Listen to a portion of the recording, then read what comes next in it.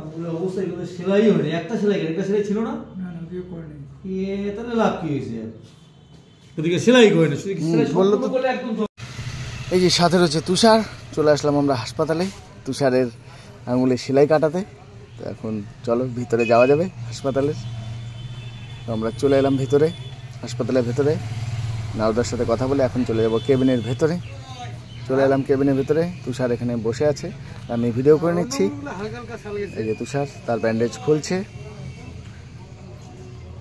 কি সুন্দর করে ব্যান্ডেজ খুলছে, এখন বুঝবে মজা সেলাই কাটার সময়। নারুদা চলে এসছে, এই হলো নারুদা। অবস্থা এগুলো সেলাই হয়নি, একটা সেলাই একটা সেলাই ছিল না, তাহলে লাভ কি হয়েছে? ওদিকে সেলাই করে না, বললো তো তিনটা সেলাই করতে বলে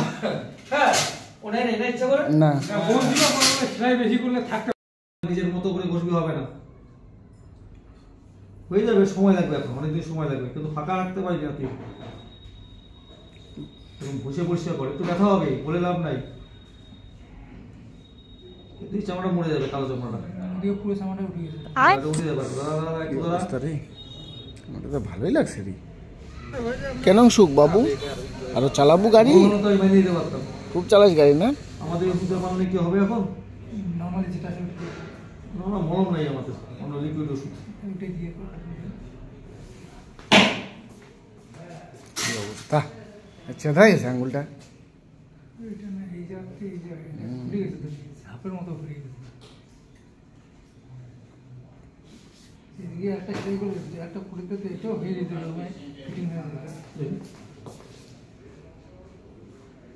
এখন মলম লাগবে, এগুলা দিয়ে আর বাঁধা যাবে না, ওই মলমটা দিয়েই করতে হবে এখন। হ্যাঁ, দিনে 2 বার করে ভালো করে পরিষ্কার করে দিনে 2 বার করে তোকে মলম লাগাইতে হবে, কিন্তু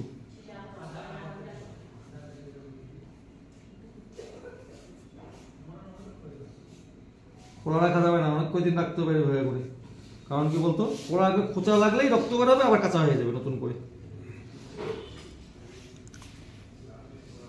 ফাইনালি শেষ করে আমরা বেরিয়ে পড়লাম বাইরে।